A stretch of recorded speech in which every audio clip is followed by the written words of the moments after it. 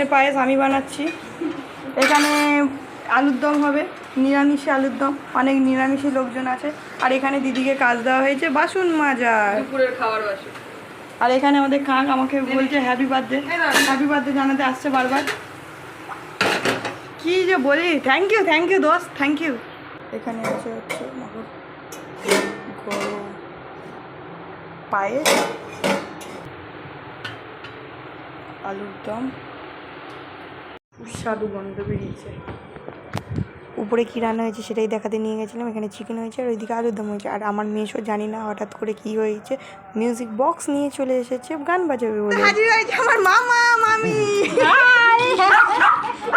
আর এইদিকে আমার বোন আছে। কেমন লাগছে এসে? খুব ভালো লাগছে, খুব ভালো লাগছে।